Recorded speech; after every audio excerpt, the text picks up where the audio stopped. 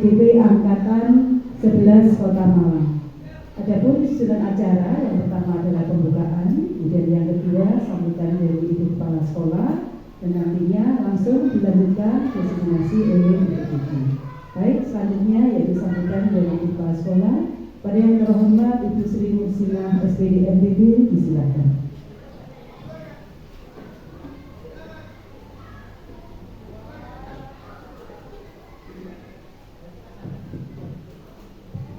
Terima kasih Bu Titi.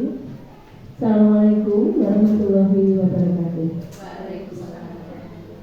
Kepada yang hormat Bapak Ibu Guru, keluarga besar SDN 3, alhamdulillah hari ini Allah memberikan kesehatan pada kita sehingga kita bisa berkumpul di sini dalam kegiatan diseminasi budaya positif yang akan disampaikan oleh Ibu Vivi Afidia Dewi. Ya, yang mana kegiatan ini adalah merupakan salah satu program dari calon guru penggerak. Kita bisa menerima materi ini nanti, insya Allah sangat bermanfaat karena kita terapkan di lingkungan sekolah kita. Kepada Bu Kiki, silakan mau materi-materi lalu berikan kepada teman-teman, yang mana kita saling memberi apa yang kita miliki, kita sharingkan kepada teman-teman, sehingga ini adalah merupakan salah satu upaya untuk peningkatan kualitas guru di sekolah kita, dan tentunya itu akan menunjang kualitas pembelajaran di SDN 3. Itu Bapak Ibu. Namun sebelumnya adalah kita mulai acara ini dengan bacaan basmalah bersama-sama. Bismillahirrahmanirrahim. Monggo Bu Kiki dipersilakan dan teman-teman silakan mengikuti dengan sebaik-baiknya. Dan saya terima kasih. Sukses selalu buat Bu Kiki. Assalamualaikum warahmatullahi wabarakatuh. Waalaikumsalam warahmatullahi wabarakatuh. Terima kasih Bu atas sambutannya. Assalamualaikum warahmatullahi wabarakatuh. Waalaikumsalam warahmatullahi wabarakatuh. Maaf Bapak Ibu, saya mengganggu waktunya karena saya minta izin waktu untuk diseminasi saya, yaitu aksi nyata modul 1.4 tentang budaya positif. Sebelum masuk ke inti materi saya, perkenalkan, itu adalah Ibu fasilitator saya, yaitu Ibu Ahmadiana. Beliau dari Bengkulu. Kemudian Bapak pengajar praktik saya, yaitu Bapak Malik Abdillah, yang biasanya setiap 1 bulan sekali nanti akan berkunjung ke sekolah mendampingi saya CDP Angkatan 11. Sebelum masuk ke acara diseminasi, Bapak Ibu, marilah kita buat kesepakatan terlebih dahulu sebelum forum diseminasi hari ini. Mungkin yang pertama itu sudah saya beri pemantik, yaitu pertama mengikuti kegiatan dengan penuh semangat meskipun sudah siang ya Bapak Ibu. Kedua, menghargai siapapun. Nanti kalau misalnya ada Bapak Ibu yang berbicara di depan, yang menyampaikan pendapat, monggo kita hargai. Kemudian yang ketiga, menjadi pendengar yang baik. Mungkin ada usul atau saran kesepakatan kita sebelum kita mulai. Yang keempat, monggo Bapak Ibu. Boleh makan atau minum? Oh, mengangkat tangan. Oke. Apa tadi? Memberikan tanggapan. Oke. Memberikan tanggapan yang positif. Memberi tanggapan yang positif. Oke. Oh, ada lagi? Mau pada saat diseminasi saya boleh makan dan minum seperti itu, nggih? Boleh. Saya mboten nggih, santai-santai. Santai saja, serius tapi santai. Ada lagi Bapak Ibu? Tidak boleh pulang sebelum selesai. Tidak boleh selesai ya. Oh, ikuti seluruh kegiatan. Mengikuti seluruh rangkaian kegiatan.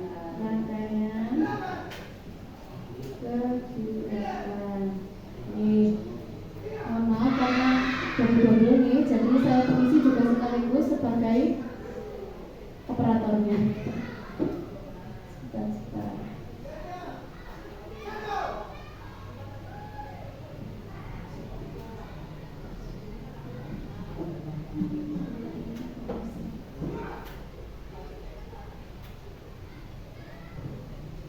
Bu mengajak ini diskusi.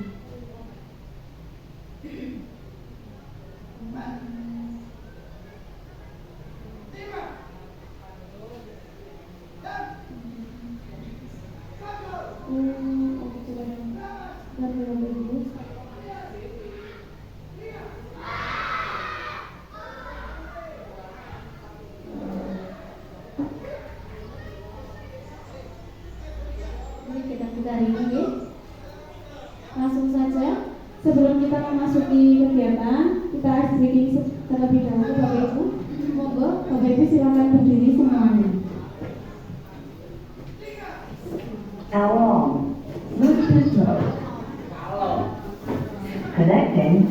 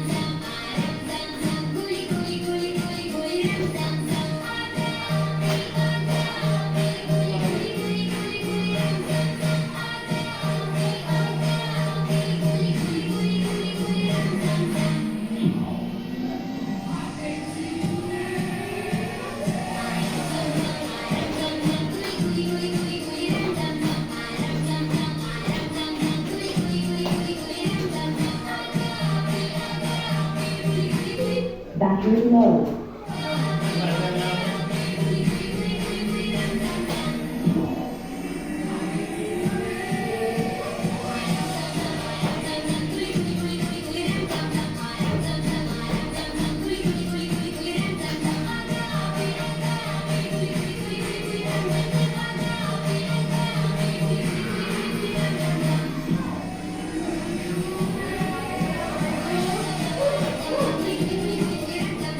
battery low,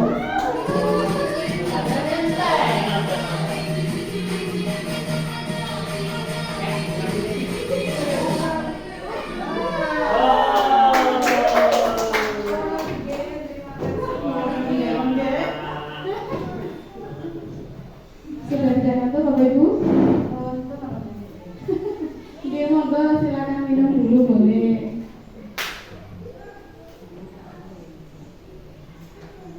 battery low,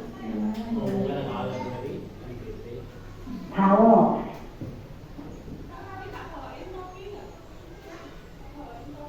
Nah, Bapak Ibu kita langsung masuk ke disiplin positif. Kira-kira disiplin positif itu apa nih Bapak Ibu? Ada yang bisa memberikan tanggapan sebentar? Memberikan pernyataan, kira-kira disiplin positif itu apa? Monggo. Menurut pandangan saja, tidak usah menurut yang lain-lain. Monggo Pak Rudi? Ayo Pak.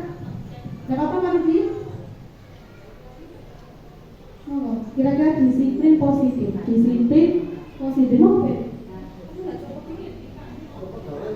disiplin yang bersifat membangun. Disiplin yang bersifat membangun.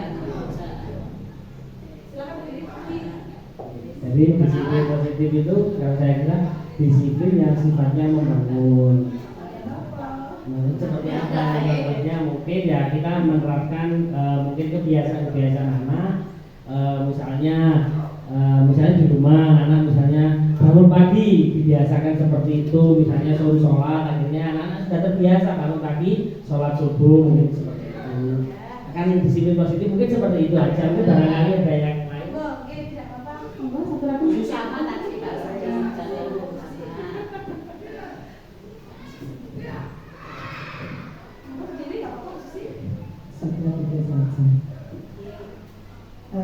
menurut saya, suatu penerapan kebiasaan yang akan membentuk mindset positif ya, ke arah yang baik. Jadi saya contohkan misalkan begini, kalau sekarang kan sudah lagi krisis etika ya. Jadi kita contohkan ketika seperti ini, ketika masuk ke sekolah, anak-anak dibiasakan untuk bersalaman dulu dengan bapak ibu yang ada di depan. Terus kalau ada orang tua duduk, anak sekarang itu kan kebiasaannya terus pokoknya maju, kadang ya umbar-umbar nggak ada.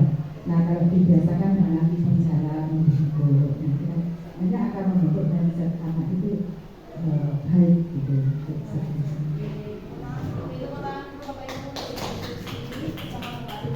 Terima kasih atas jawabannya Bapak dan Ibu.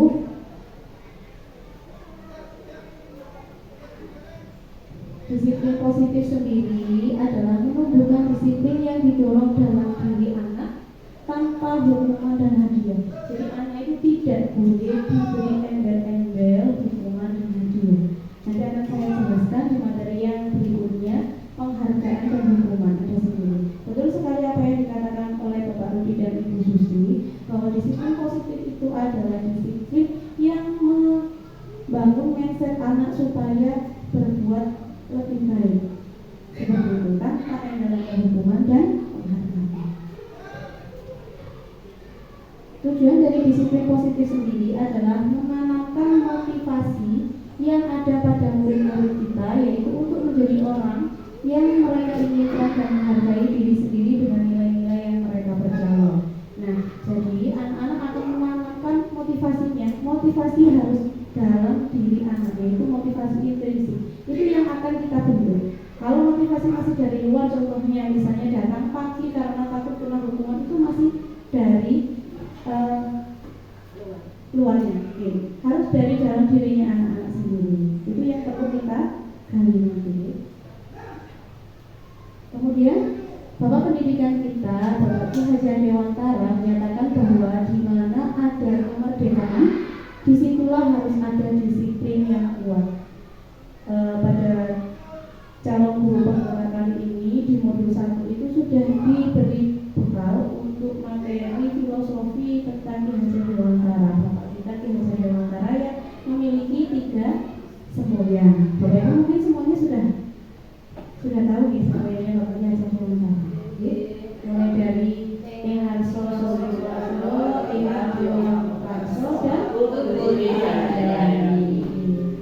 yang saya bahas di sini adalah yang tentang budaya positif yang kaitannya dengan filosofinya Bapak Ki Hajar Dewantara. Seperti itu. Nah, ini filosofi beliau. Kita sebagai seorang guru itu diibaratkan sebagai seorang petani yang memiliki peranan penting untuk menjadikan tanamannya tumbuh subur. Tanamannya itu siapa? Tanamannya yaitu anak didik kita. Kemudian Anda akan memastikan bahwa tanah tempat tumbuhnya tanaman adalah tanah yang cocok untuk ditanami. Bagaimana kita membuat peserta didik kita menjadi anak-anak yang memiliki prestasi, memiliki sikap yang sopan dan santun, itu adalah tanggung jawab kita. Kita diibaratkan sebagai seorang petani seperti ini. Kemudian ini Ki Hajar Dewantara menyatakan bahwa kita ambil contoh perbandingannya dengan hidup tumbuh-tumbuhan. Seorang petani dalam hakikatnya sama kewajibannya dengan seorang pendidik yang menanam padi misalnya, hanya dapat menuntun tumbuhnya padi, tetapi ia tidak dapat memperbaiki kondisi tanahnya, memelihara tanaman padi, memberi pupuk dan air, membasmi ulat-ulat atau jamur yang mengganggu hidup tanaman padi dan lain sebagainya. Jadi kita hanya bisa berupaya, tetapi anak-anaklah nanti yang akan tumbuh sesuai dengan keinginannya anak-anak, tetapi kita yang memfasilitasi seperti itu. Nah, ini yang akan kita bahas, yaitu ada 5 budaya positif yang akan kita lakukan. Sebagai seorang guru yang baik harus memiliki kemampuan dalam mewujudkan budaya positif di sekolah. Budaya positif tersebut dapat dijalankan dengan menerapkan konsep-konsep inti seperti yang pertama yaitu disiplin positif. Kemudian yang kedua adalah memahami motivasi perilaku manusia. Kemudian posisi kontrol seorang guru, kemudian penguatan keyakinan kelas, dan yang terakhir adalah penerapan segitiga restitusi dalam menyelesaikan permasalahan. Kita bahas satu persatu Bapak Ibu. Yang pertama adalah tentang disiplin positif itu sendiri. Nah, disiplin positif itu sendiri adalah suatu cara penerapan disiplin yang mengajarkan anak bertanggung jawab dan menumbuhkan kesadaran diri berdasarkan nilai-nilai kebajikan. Jadi nilai-nilai yang bagus kita tanamkan kepada diri anak-anak kita. Kemudian yang kedua, lebih ke arah disiplin diri yang dapat mengontrol diri dalam melakukan segala tindakan. Kemudian dapat membuat murid memahami dan menyadari berdasarkan motivasi internal, bukan akibat paksaan, ujian ataupun hukuman. Jadi ini yang perlu kita terapkan ke anak-anak, yaitu memunculkan motivasi internal yang berasal dari diri anak-anak sendiri. Dalam mewujudkan budaya positif memerlukan kerjasama yang baik antar warga sekolah. Jadi kita tidak dapat membimbing anak-anak melakukan budaya positif itu sendiri. Jadi semua stakeholder yang ada di sekolah, baik itu Bapak Ibu guru, petugas penjaga seperti Pak Mo, Pak Pandri, dan Pak Hendro, dan semuanya harus bekerja sama untuk mewujudkan budaya positif yang ada di sekolah kita. Kemudian kerjasama yang baik akan terjalin dengan adanya komunikasi, kolaborasi, dan toleransi. Jadi kita harus saling bekerja sama. Kemudian jika budaya positif telah terwujud, maka akan tercipta murid yang merdeka dan bahagia. Guru yang saling mendukung dan menguatkan, serta lingkungan sekolah yang nyaman dan aman. Kalau lingkungan sekolah sudah aman dan nyaman, pasti anak-anak nanti untuk menerapkan disiplin positif akan lebih mudah. Nah, kita langsung masuk ke 3 motivasi perilaku dari manusia. Ini menurut Diana dosen dalam bukunya, yaitu Restructuring School Discipline.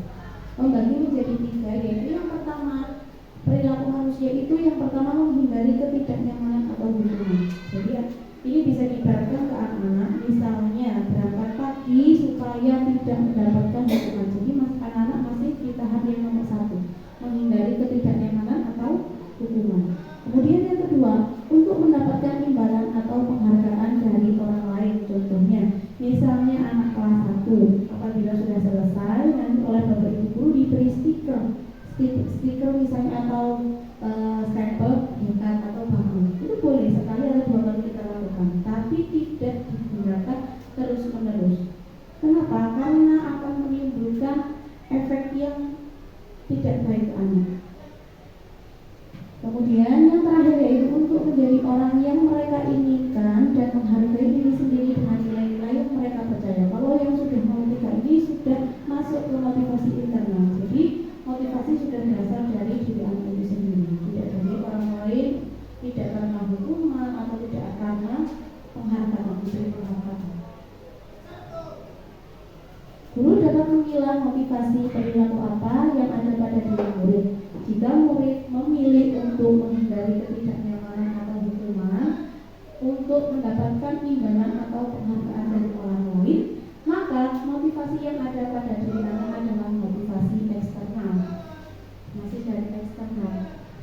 Kemudian guru dapat berupaya menumbuhkan motivasi internal dalam diri siswa agar menjadi orang yang mereka inginkan dan menghargai diri sendiri dengan nilai-nilai yang mereka percaya. Sebaiknya hindari hukuman dan pemberian penghargaan berlebih untuk meminimalisir motivasi eksternal dalam diri murid. Nah, ini Bapak Ibu saya jelaskan sekali lagi, tidak untuk pemberian penghargaan. Kenapa? Karena penghargaan itu jangkanya jangka pendek, tidak jangka panjang. Seperti itu. Jadi kita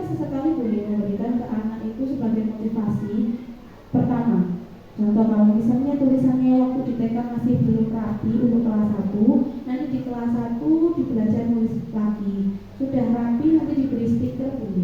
Tapi nanti kalau misalnya sudah rapi, nanti tinggal diberi ujian saja, tidak penghargaan yang lain, misalnya stiker atau stempel atau apapun, karena nanti itu akan berefek pada jiwa anaknya, karena akan jiwa yang motivasi internalnya tidak akan muncul seperti itu.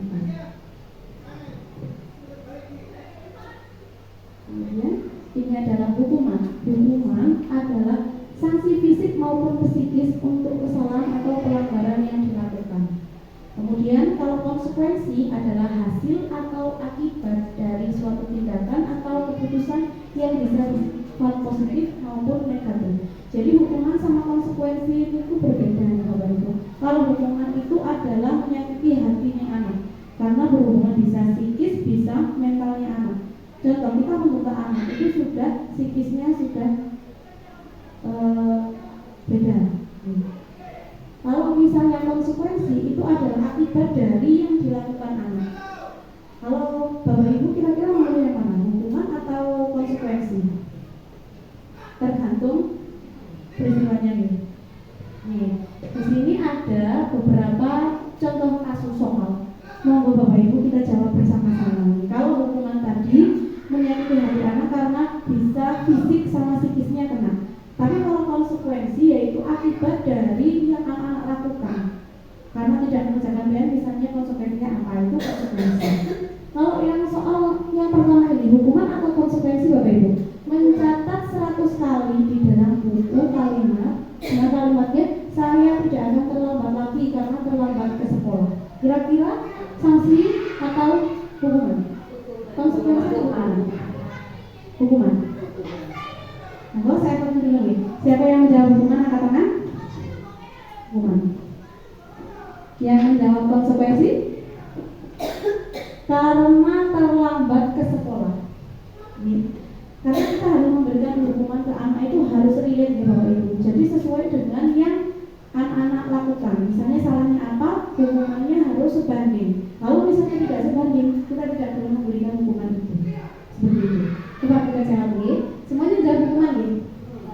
Jawabannya adalah konsekuensi. Kita baca lagi. Betul. Oke, kita baca lagi sebentar. Mencatat 100 kali di dalam buku dengan kalimatnya saya tidak akan terlambat lagi karena terlambat ke sekolah. Berarti anak-anak itu kira-kira melanggar peraturannya apa enggak? Melanggar aturannya yaitu datang sekolah terlambat. Jadi hukumannya mencatat 100 kali di dalam bukunya. Kalau masih mencatat, kira-kira masih dapat ditolerir. Tapi kalau misalnya lari keliling lapangan 10 kali itu tidak boleh. Kalau mencatat boleh, karena mencatat dengan konsekuensinya itu masih dianggap seimbang. Seperti itu Bapak Ibu. Ini contoh-contoh yang saya ambil, ini contoh yang pada saat saya ikut pendidikan. Mencatat itu apakah ada dampak positifnya? Ada. Justru kalau saya menilai seperti ini. Ya betul. Pertama, anak sudah kehilangan waktu. Betul. Yang seharusnya dia mengikuti pelajaran, maka dia harus menyelesaikan ini. Siap. Yang pertama. Iya. Yang kedua, tidak mendidik bagi saya itu. Karena mencatat itu kayak cuma sebuah catatan. Anak nggak akan bisa meresapi apa maknanya. Jadi hukuman itu atau mungkin sanksi itu yang sifatnya bisa mendidik, bisa merubah kebiasaan. Iya, kalau bisa merubah ini masuk ke hukuman memang Bu, bukan konsekuensi. Iya, semoga Bu. Jadi setelah saya tanya dulu nanti semua orang, semua ilmuwan boleh berpendapat, dan kita juga tidak boleh melakukan itu sesuai dengan pendapat tersebut.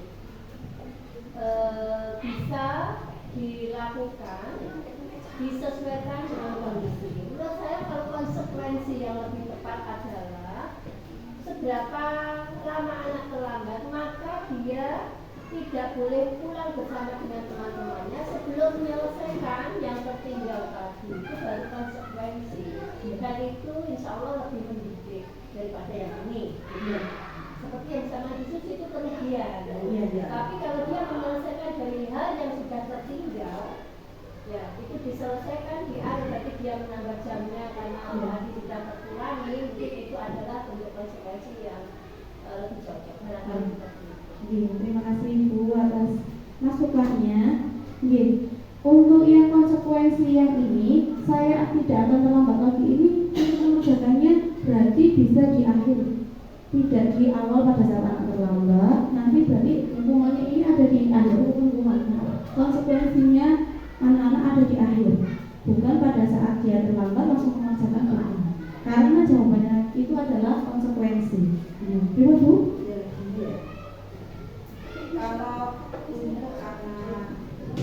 Kalau untuk anak kelas atas mungkin itu bisa ya.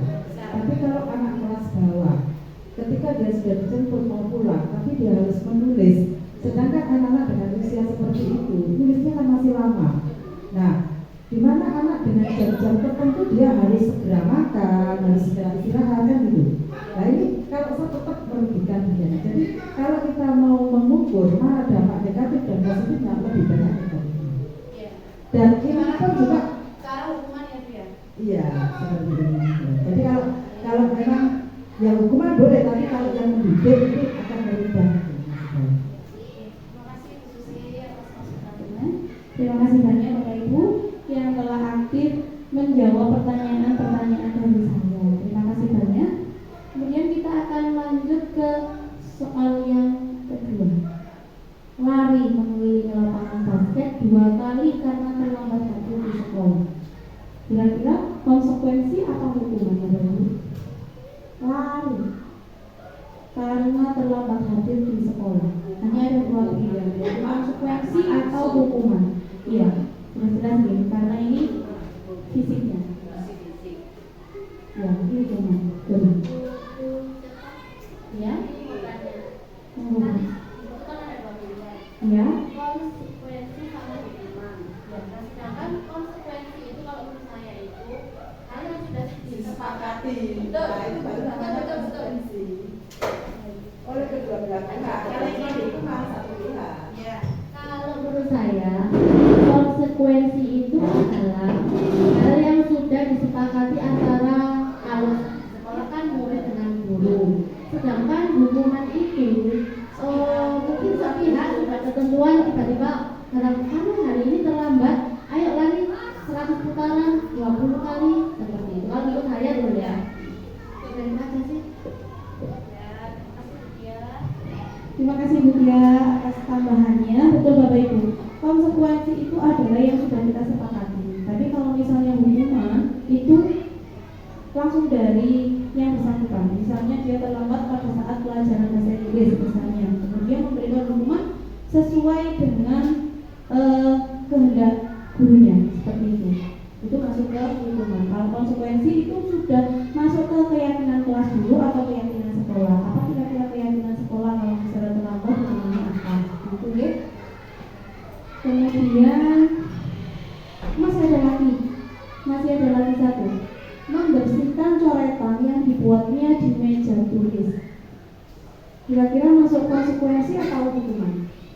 Atau Bu Mary, selamat datang. Monggo bisa langsung dijawab Bu Mary. Konsekuensi. Betul. Langsung tahu jawabannya konsekuensi. Masih ada lagi Bapak Ibu, hukuman atau konsekuensi? Murid diminta untuk push up 15 kali karena tidak menggunakan masker ke sekolah. Hukuman fisik langsung masuk ke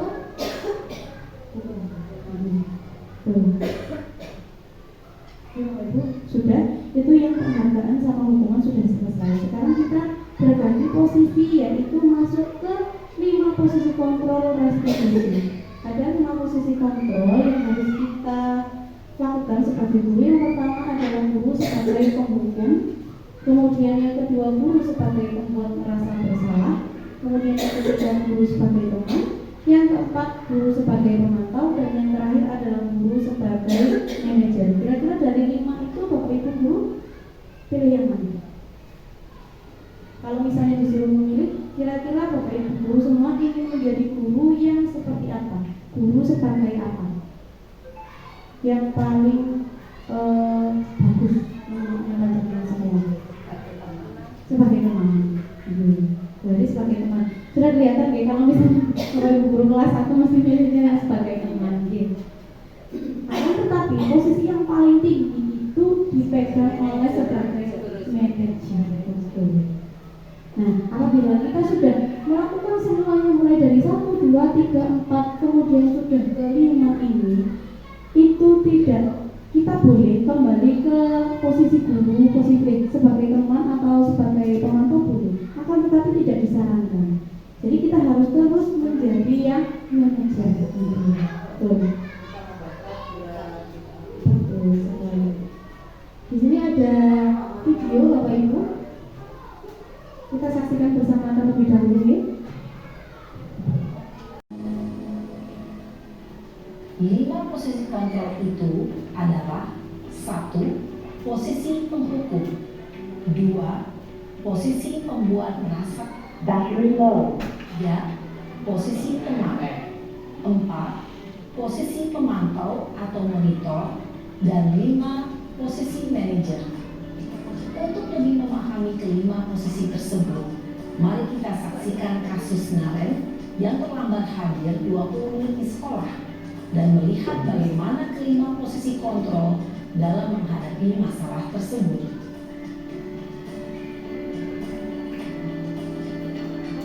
Battery low.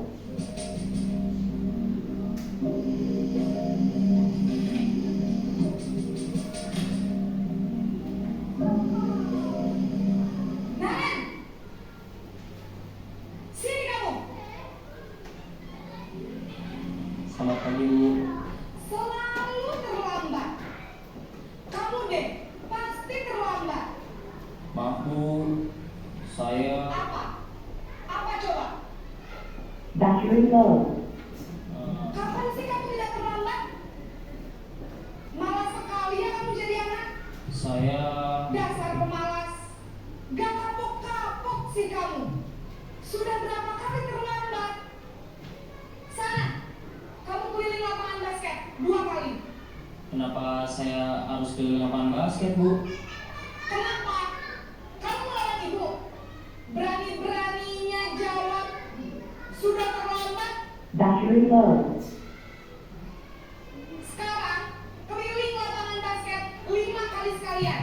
Biar kapok. Cepat. Pergi sana ke lapangan basket. Posisi penghukum biasanya berbicara dengan nada tinggi, menghardik, menunjuk-nunjuk, menyakiti, dan menyindir. Hukuman bisa berupa fisik maupun psikis. Ibu dan bapak guru hebat, dampak yang Battery low. berada pada posisi penghukum adalah murid cenderung akan memberontak, bahkan menyimpan dendam.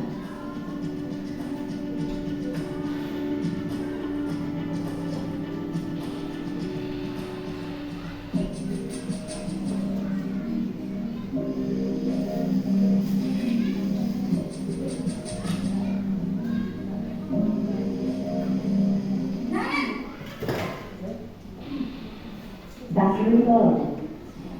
Selamat pagi, Bu. Naren. Kamu kenapa terlambat lagi, nak? Ya Tuhan, Naren. Kamu senang ya bikin ibu susah ya? Kalau kamu terlambat lagi, nanti ibu yang ditegur bapak kepala sekolah, nak. Disangka ibu tidak bisa membina kamu. Duh, gimana ini? Battery low.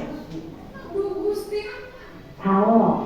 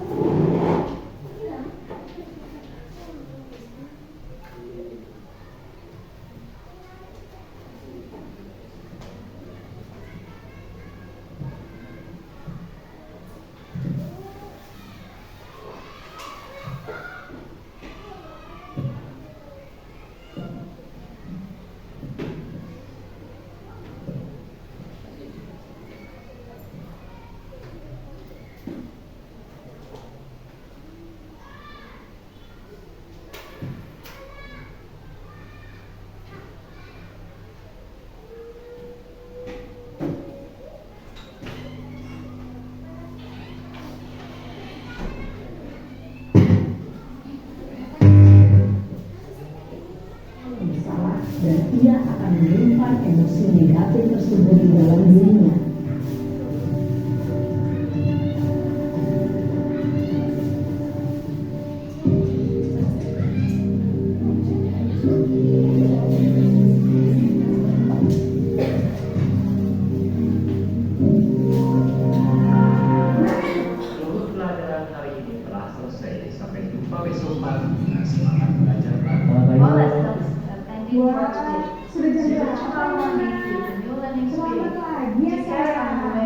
Iya Bu, habis menurut saya membangunkan saya Bu. Kamu malah menyalahkan ibu kamu. Kamu bukan anak yang paling kencang. Kok terlambat sih? Iya Bu, saya memang terlambat bangun tadi. Jadi biarpun saya lari kencang, tetap gak kekejar Bu. Ya sudah sana, nanti lain kali larinya lebih kencang lagi ya. Biar gak terlambat lagi. Bikin seneng ibu demi ibu. Bisa kan? Bisa lah Bu. Ini posisi ya sudah sana masuk kelas. Ibu beresin urusan absen kamu. Kamu ini ada-ada saja sebagai teman. Yang kedua tadi Dalam perspektif teman, guru berbicara dengan nada suara ramah, akrab, cenderung bersinggah gurau untuk menjaga suasana tetap santai. Murid akan merasa senang, aman, dan akrab dengan guru. Identitas yang tercipta adalah identitas sukses atau berhasil. Namun, perlu diingat, karena ini masih dorongan eksternal, maka ada faktor ketergantungan dari murid kepada orang tertentu. Di sini, guru absennya, sehingga di lain waktu, murid bisa berperilaku baik, namun hanya kepada orang-orang tertentu saja.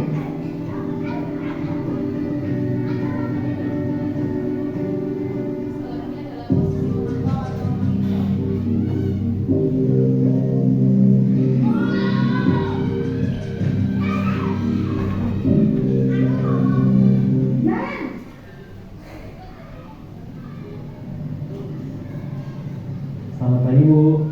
Naren, apa peraturan sekolah kita tentang jam berapa kita harus masuk sekolah, nak? Kita harus di sekolah jam 7 Bu. Iya betul, sekarang sudah jam 7.20. Naren sudah tahu konsekuensinya jika terlambat hadir. Paham Bu. Saya harus tinggal kelas pas jam istirahat selama 20 menit. Iya benar, konsekuensinya demikian. Jadi nanti jam 9.30 pas istirahat, kamu harus tinggal di kelas, kerjakan tugas tambahan untuk ketinggalan kamu, ya? Baik Bu. Posisi pemantau mengandalkan penghitungan atau data untuk mengontrol murid. Guru mengarahkan murid berdasarkan peraturan dan konsekuensi. Seorang pemantau menunjukkan bahasa tubuh dan ekspresi wajah yang datar dan cenderung formal.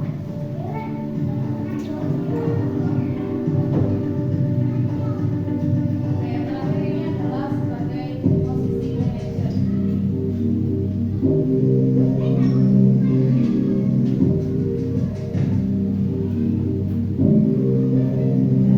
Naren!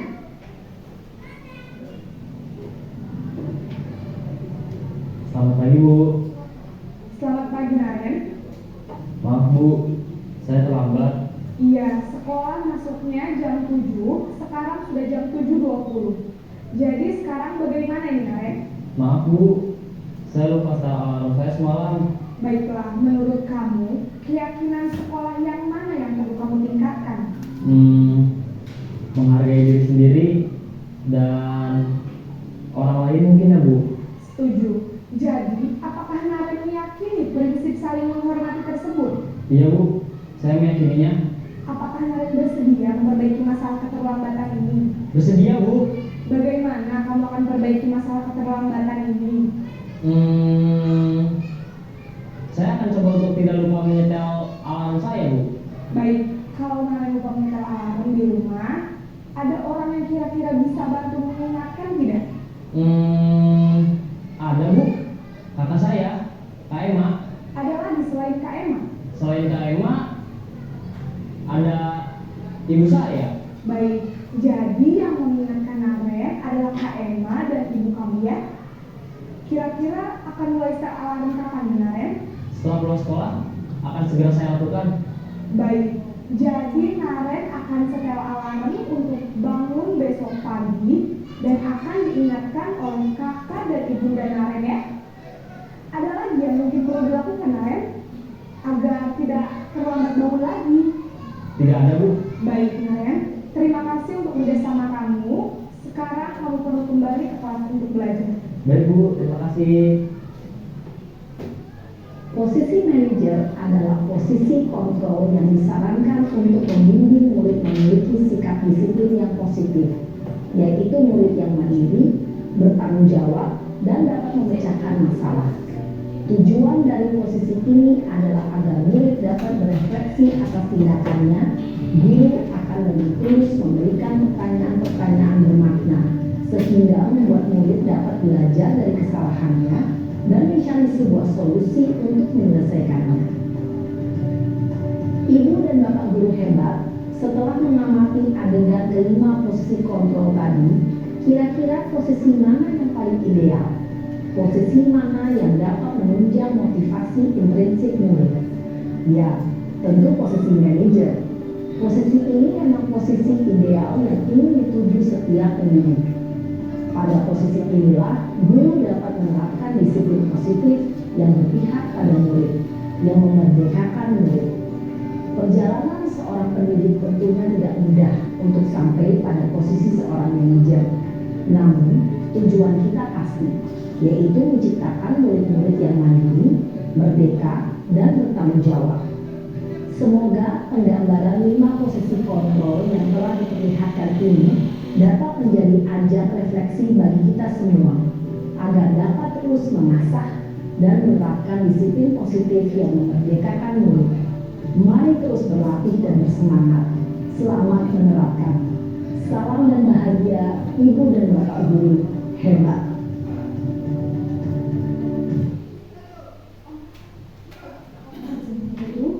Jadi posisi yang paling ideal adalah posisi guru sebagai seorang manajer.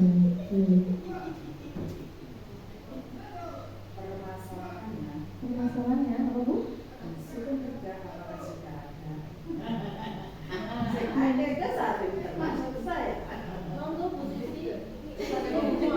Posisi menghukum. Biasanya kita niru dari. Adakah yang sebagai teman? Mungkin hanya Bu Eli saja yang sebagai teman. Yang lainnya penghukum. Bu Eli sebagai apa? Cita-cita.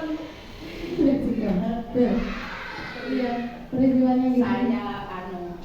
Saya posisikan dengan usia. Mantap Baby, terima kasih.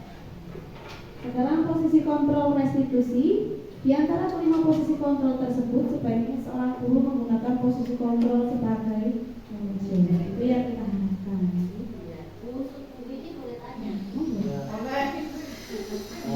Nanti kalau saya tidak bisa jelas, kita BPR ya. Saya nggak beda. Sekarang Tadi itu kan disebutkan posisi sebagai manajer.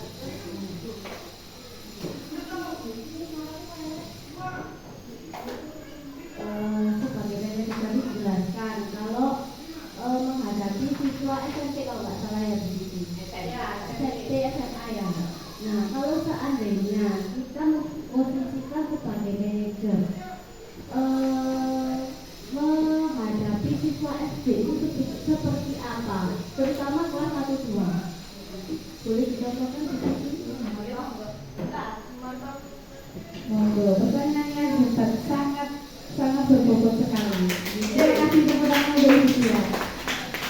Sekarang untuk jawabannya coba akan saya ke guru penggerak dulu ya. Silakan Bu Mary. Silakan diberi tanggapan Bu Mary.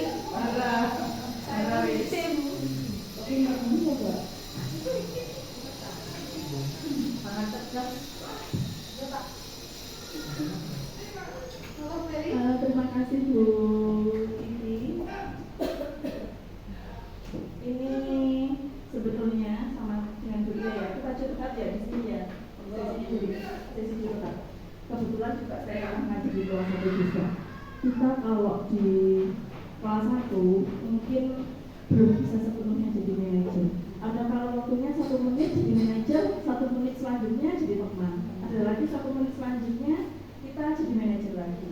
Jadi seperti jawaban saya tadi, kita harus menyesuaikan dengan situasi dan kondisi.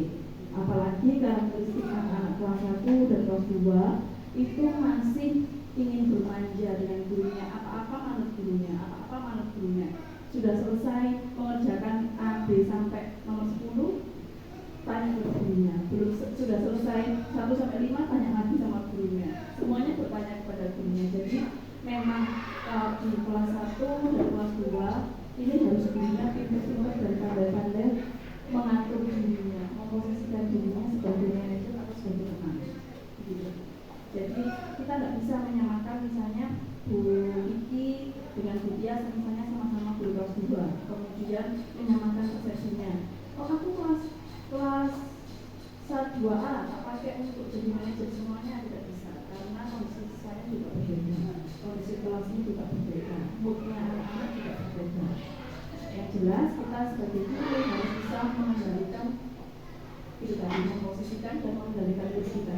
Terima kasih sudah mengikuti.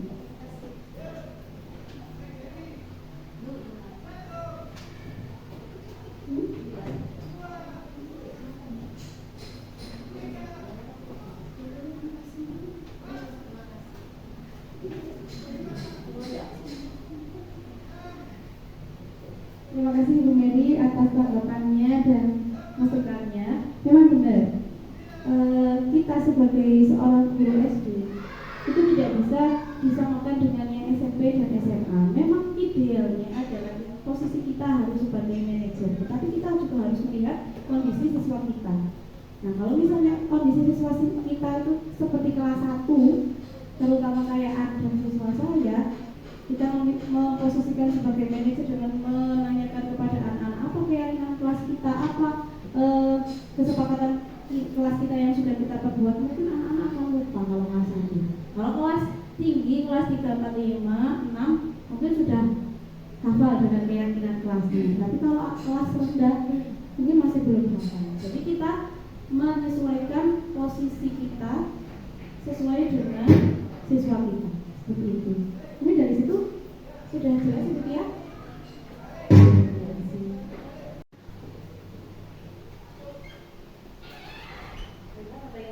Saya lanjutkan yaitu posisi berikutnya.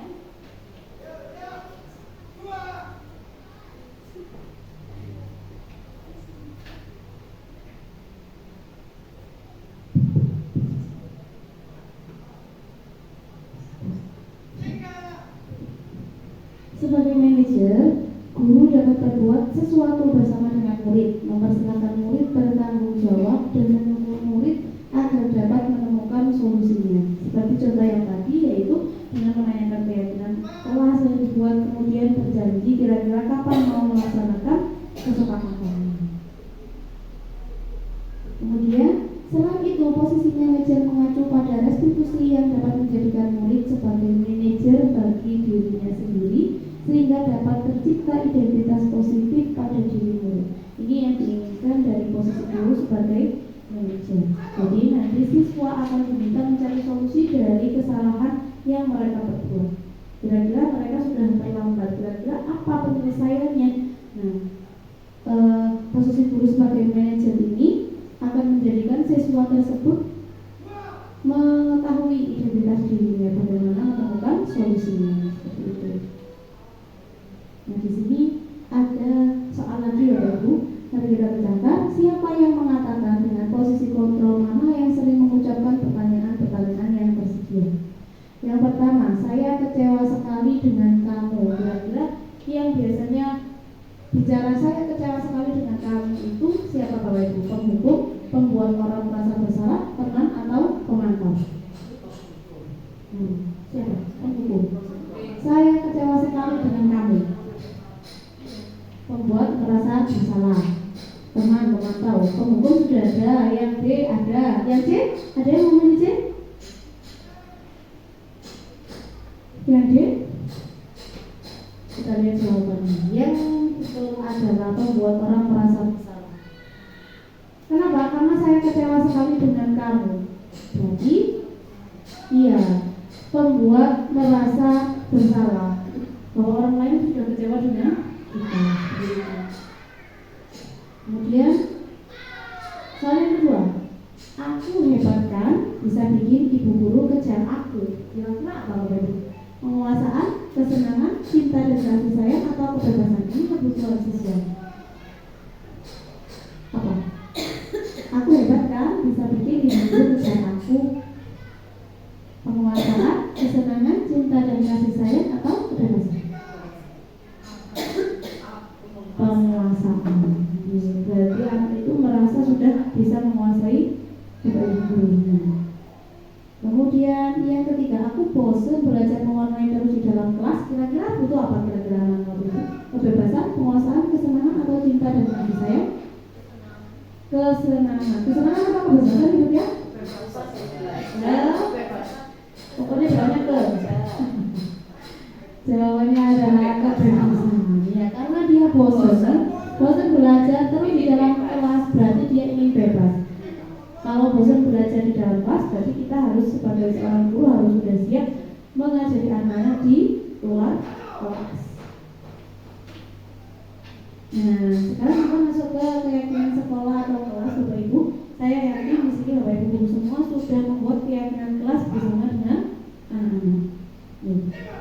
Keyakinan kelas adalah nilai-nilai kebajikan yang diyakini oleh kelas untuk menumbuhkan motivasi intrinsik dan budaya positif di kelas. Ada yang bisa memberikan contoh keyakinan yang ada di dalam kelas, Bapak Ibu? Monggo. Bu Yuli, monggo, Bu Yuli.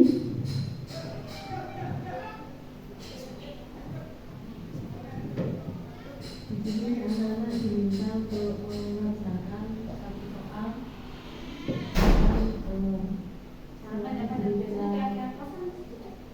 Apa? Kayak peraturan kelas. Tapi kalau peraturan itu biasanya kan yang membuat banyak guru sendiri. Kalau kesepakatan kelas, jadi kita yang membuat bersama dengan kelas. Biasanya di awal. Pada saat PPLS kita sudah membentuk keyakinan.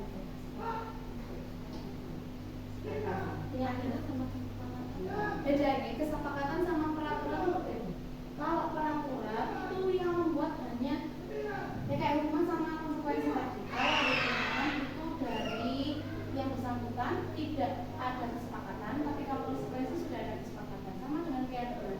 Kalau keyakinan kelas sudah dirundingkan dengan satu kelas, kalau peraturan itu bisa jadi gurunya sendiri yang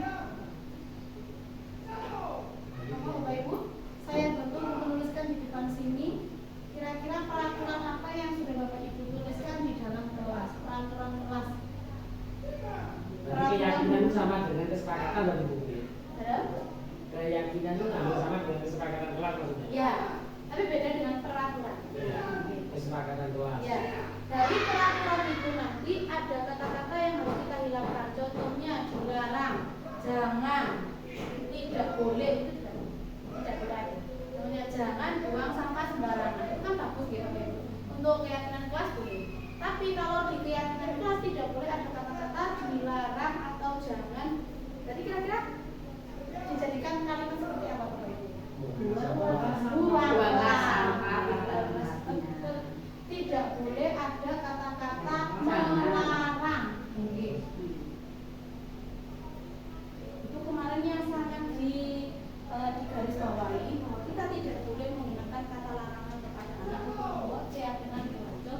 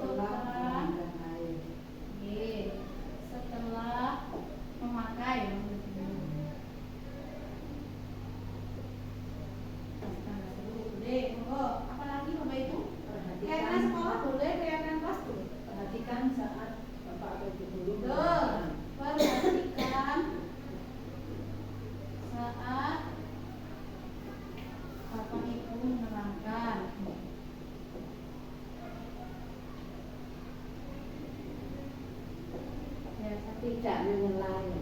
Tidak menyela ketika Bapak Ibu guru berbicara atau menerangkan. Tidak menyela ketika Bapak Ibu menerangkan. Menerangkan. Pokoknya kita tidak boleh menggunakan dilarang lari-lari di dalam kelas. Berarti kira-kira kalau diubah ke kalimat yang bagus menjadi apa Bapak Ibu? Dilarang lari-lari di dalam kelas. Kalau dilarang kan nggak boleh. Berarti disebut dengan apa? Dilarang lari-lari. Dilarang lari-lari di dalam kelas. Biasanya kan anak lari-lari. Terus kalau misalnya berjalan dengan baik. Betul. Pokoknya tidak boleh ada kalimat negatif. Kalimat negatif diubah menjadi kalimat positif. Berjalanlah dengan hati-hati. Berjalanlah dengan baik. Berjalanlah dengan baik ketika di dalam kelas, ketika di dalam terima kasih. Mungkin ada lagi Bapak Ibu. Berarti nanti untuk mungkin untuk tugas kita kembali yang Jumat yang akan datang, mungkin saya akan meminta Bapak Ibu semuanya untuk mengumpulkan keyakinan kelas di Bapak Ibu. Keyakinan kelas yang sudah ada di Bapak Ibu semuanya, mungkin nanti akan saya minta sebagai dokumen seperti itu. Oke? Ya sudah ada saja. Nanti kalau misalnya di situ ada tulisannya masih ada kata-kata dilarang atau apa, berarti kita perbaiki. Guru berperan dalam mewujudkan terbentuknya keyakinan sekolah atau kelas dengan adanya kesepakatan antara guru dan murid. Kalau misalnya di kelas, jadi Bapak Ibu guru pada saat MPLS itu sudah menerangkan ke anak. Kira-kira kesepakatan kelas apa yang kita sepakati? Keyakinan sekolah atau kelas berupa pernyataan universal yang mudah diingat dan dipahami dan harus diterapkan di lingkungan sekolah. Contohnya seperti buanglah sampah pada tempatnya. Yang mudah diingat oleh anak-anak. Ini praktik membuat keyakinan kelas. Mungkin kita ambil selain waktu saja nih Bapak Ibu. Jadi tadi sudah selesai. Ada 5 keyakinan kelas dan sekolah. Jadi langkah-langkahnya mempersiapkan dengan betul. Ini yang terakhir Bapak Ibu, yaitu tentang restitusi. Restitusi sebuah cara menanamkan disiplin positif kepada murid.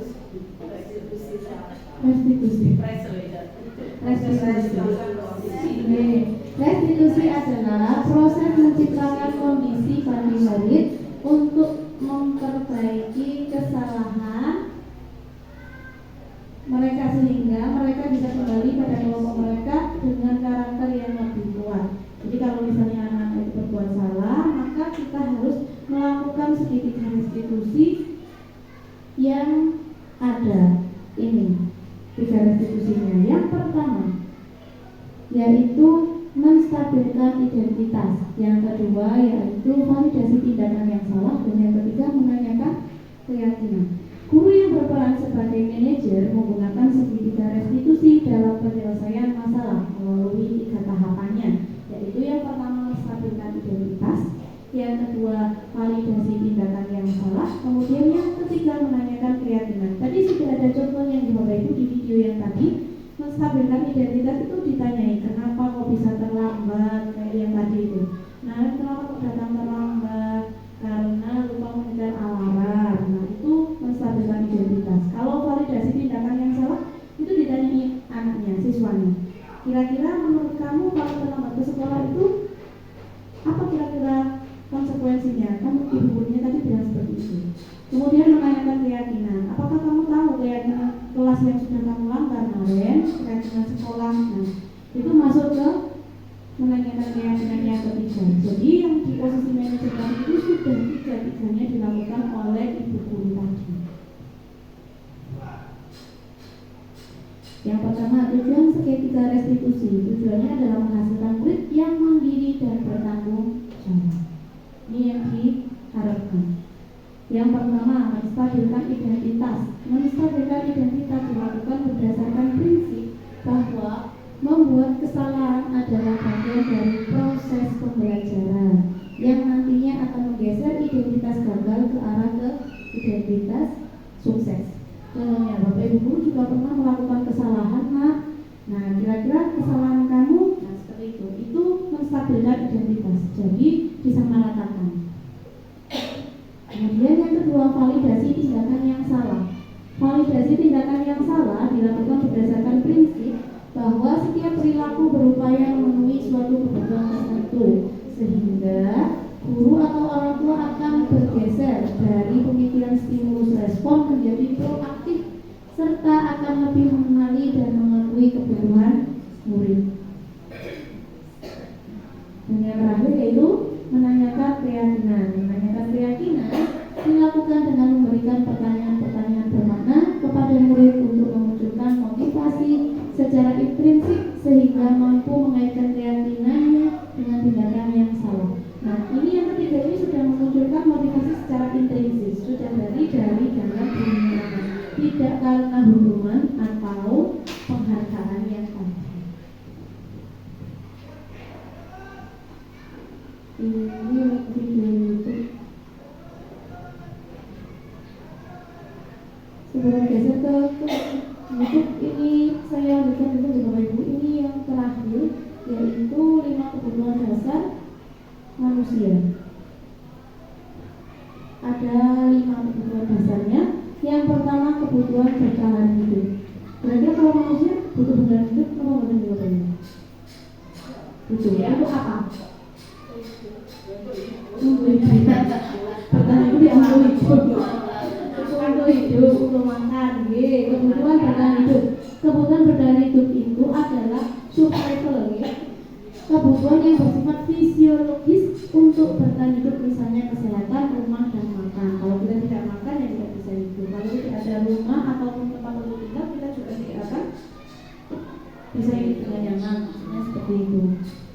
Kemudian yang kedua adalah butuh kasih sayang dan rasa yang diterima.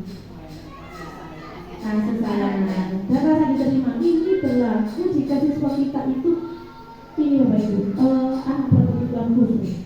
Nah, anak berkebutuhan khusus itu perlu ini, sangat perlu ini, yaitu kasih sayang dan rasa diterima, karena mereka selalu dikucilkan. Termasuk siswa saya ada satu, dia itu pintar, membacanya juga bisa, menulisnya juga bisa, tetapi dia satu kelemahannya itu. Yang kedua, dia tidak bisa anteng. Yang ketiga, dia jahil ke temannya kalau sudah selesai mengerjakan tugas. Jadi, kalau selesai mengerjakan tugas, saya harus punya banyak ide untuk menangani anak yang seperti itu. Contohnya, saya membuat kartu kata seperti yang bilang ibu. Saya ngeprint kartu kata, saya ngeprint banyak.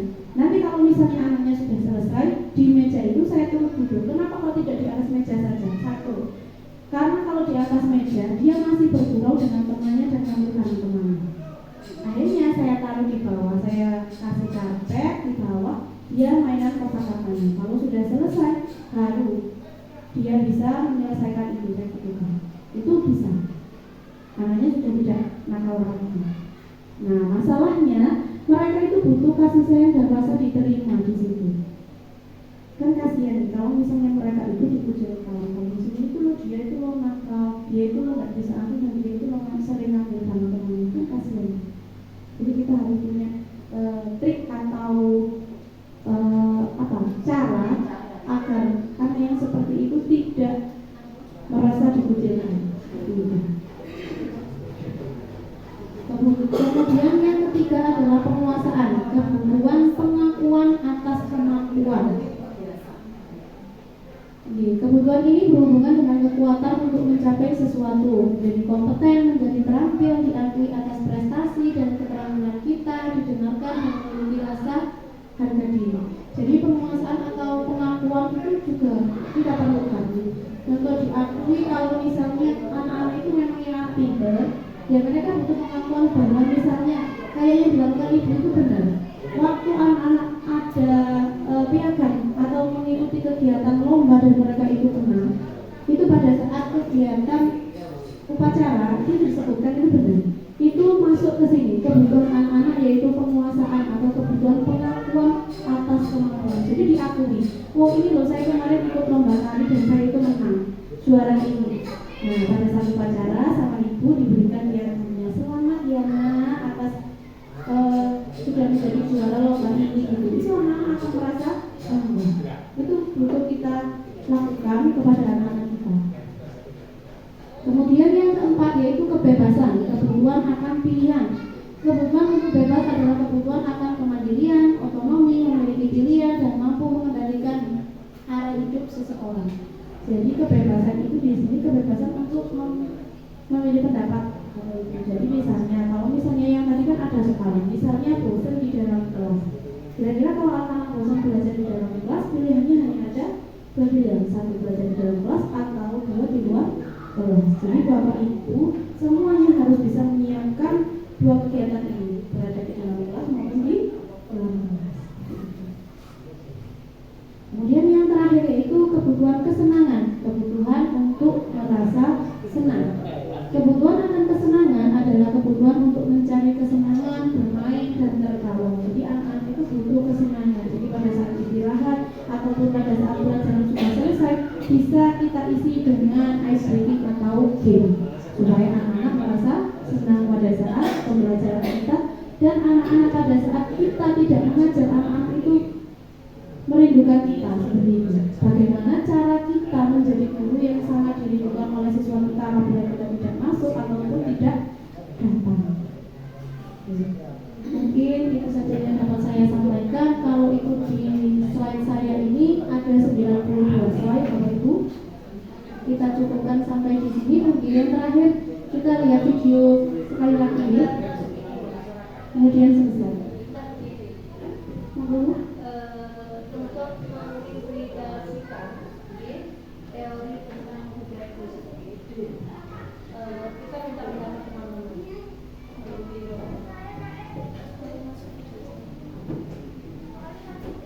Kita minta pendapat teman-teman tentang permasalahan di sekolah. Sebenarnya ini adalah masalah sederhana, tetapi butuh penanganan bersama. Seperti yang saya sampaikan tadi pagi kepada anak-anak, bungkus makanan. Kita sudah berusaha memberikan informasi bahwa anak-anak masih ada yang belum sadar tentang kebersihan. Ya, kami harapkan dengan kalimat itu ada perubahan. Yang kedua, tolong Bapak Ibu di bagian penanganan sampah, anak-anak suruh untuk operasi smooth. Entah itu sudah dilakukan apa belum. Yang ketiga, kok itu masih terus terjadi. Nah, untuk mewujudkan disiplin positif, yang mana anak-anak memiliki kesadaran dari dalam hatinya sendiri, membuang sampah di tempatnya.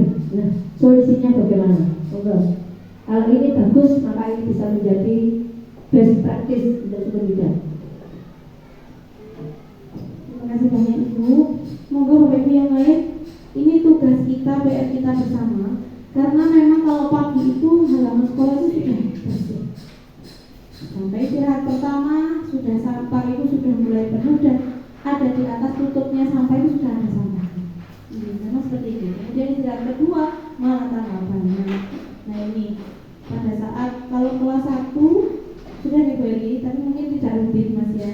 Mungkin nanti kita rutinkan dengan diberi untuk kelas 1-nya dengan tanggung jawab di depan kelasnya masing-masing beserta di lingkungan sekitar. Monggo untuk Bapak Ibu yang lain ada masukan atau saran, monggo bagaimana membuat disiplin positif untuk anak-anak agar anak-anak itu punya rasa oh saya harus membuang sampah di tempat sampah itu sudah dari internal dari hatinya sendiri, tidak karena hukuman, kemudian tidak karena penghargaan. Monggo. Mungkin ada yang punya saran kan, kalau Ibu sudah ada operasi smooth. Mungkin ada yang lain Bapak Ibu, monggo ada usul Bu Titi. Monggo silakan. Belum enggak, saya lakukan masih operasi smooth. Masih operasi smooth. Mungkin ini untuk jadi PR kita bersama nih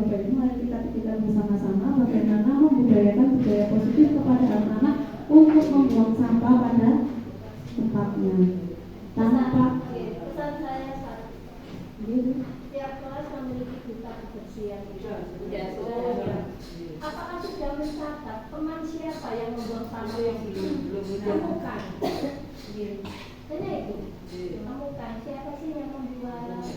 Kalau aku belum ketemu, insya Allah mereka itu yang akan kita bimbing. Mungkin dari duta kebersihan lingkungannya yang di kelas nanti kita galakkan lagi untuk minimal bukan mencatat dulu. Kalau kelas 1 mencatat agak sulit di briefing. Mungkin melaporkan terlebih dahulu. Karena kalau dulu saya di kelas 2 depannya Budia itu di situ ruangan Budia, di depannya kelasnya Budia yang di gor itu mesti ada sampahnya. Sekarang sudah dapat bunganya lumayan aman Budia. Bunganya ditaruh di situ sudah aman, tidak terlalu banyak di situ. Sekarang ganti di selokan-selokan yang biasa. Masih ada. Dan itu anak-anak tuh nggak bisa mereka tuh nggak bisa membersihkan. Soalnya terlalu tinggi godnya. Tapi bisa membuang. Iya, karena harus cari siapa yang. Iya. Tapi di situ kan nggak cuma kelas 2 saja bilang. Iya. Dicari siapa yang. Iya. Mungkin gini Bu, kalau misalnya mencatatkan terlalu lama, mungkin anaknya yang sudah melihat nanti bisa melaporkan terlebih dahulu ke Bapak Ibu guru. Nanti Bapak Ibu gurunya akan menindak. Kamu kelas berapa nak kan gitu. Nanti kan akan ketahuan. Kalau misalnya kelas 2 misalnya atau kelas 1, ya nanti tanggung jawabnya kelas 1 itu entah nanti sama wali kelasnya untuk disuruh membersihkan di lingkungan itu semuanya atau apa sebagai konsekuensinya. Bukan hukuman lagi, konsekuensi. Karena sudah membuang sampah tidak pada tempatnya. Tapi dia pertanyaan. Iya, betul, setuju. Apa? Kalau saya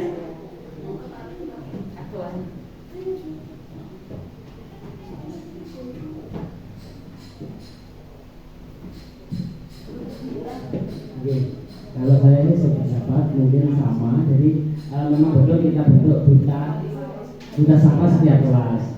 Tapi juga pasti harus kita dampingi juga, kemudian kita awasi. Jadi dari duta sampah setiap kelas itu mana duta yang aktif, efektif gitu loh. Maksudnya paling tidak setiap hari ada yang melaporkan. Oh ini Pak, misalnya dari kelas berapa ada yang buang sampah. Jadi kita pun juga harus aktif menanyakan ke duta sampah. Laporannya hari ini kamu ada nggak yang buang sampah sembarangan? Mungkin seperti itu. Jadi anak-anakku juga akan antusias mencari siapa yang membuang sampah sembarangan seperti itu. Saya kira seperti itu. Jadi sama-sama kerja, artinya anak-anak juga antusias mencari siapa yang akan membuang sampah sembarangan. Kemudian kita paling tidak kita tanya, hari ini laporannya siapa yang buang sampah? Nah, anak-anak akan antusias. Nah, nanti bisa dikumpulkan lagi. Ternyata yang antusias ini, ayolah yang lain duta sampah bisa kita contoh duta sampah dari kelas 3 misalnya atau kelas 5 misalnya seperti itu. Terima kasih. Terima kasih Pak Rufi atas tanggapannya. Kemudian itu solusinya sudah ada. Maksudnya satu, kita membentuk operasi semut sudah. Yang kedua, dengan melapor kepada Bapak Ibu guru. Sekarang kalau misalnya sudah menemukan siswa yang seperti itu, sekarang kita harus membahas konsekuensinya bareng-bareng. Karena kalau kita menentukan secara sepihak, maka termasuk hukuman. Konsekuensinya iya. Yang membuang nanti yang mengambil. Langsung itu saja Bu. Oh ya. Berarti nanti kalau soalnya ngambil sampah dia tidak akan membuang lagi. Tapi sekali dua kali dibiarkan dia akan selalu seperti itu. Ya. Dari konsekuensinya, siapa yang membuang sampah di situ, konsekuensinya harus mengambil sampah di situ, kemudian dibuang di tempat sampah. Hanya seperti itu. Jadi simpel di Bapak Ibu, konsekuensinya atau juga yang membuang dilibatkan di kelas itu sebagai petugas dari duta sampah kan bisa. Jadi kalau misalnya ada sampah sekarang, berarti kamu masih tanggung jawab kan gitu. Ya. Berarti yang pertama membuang sampah, mengambil sampah yang telah dibuang tadi, kemudian yang kedua dimasukkan ke timnya untuk mencari siapa yang membuang sampah. Supaya kamu tidak Oke. Terima kasih Bapak Ibu telah menyempurnakan diseminasi saya pada siang hari ini tentang budaya positif. Berarti nanti untuk selanjutnya Bapak Ibu semua akan sama Ibu Mari akan dibuatkan untuk piagam untuk sesi diseminasi saya ini. Judulnya kita ambil yang seperti seperti itu tadi gitu, budaya positif untuk menanamkan kepada siswa bagaimana membuang sampah pada tempat. Nanti saya akan ambil yang itu saja. Terima kasih Bapak Ibu atas antusiasnya mengikuti diseminasi saya pada siang hari ini. Mohon maaf apabila ada salah kata. Dari saya sekian. Saya akhiri. Wabillahi taufiq wal hidayah.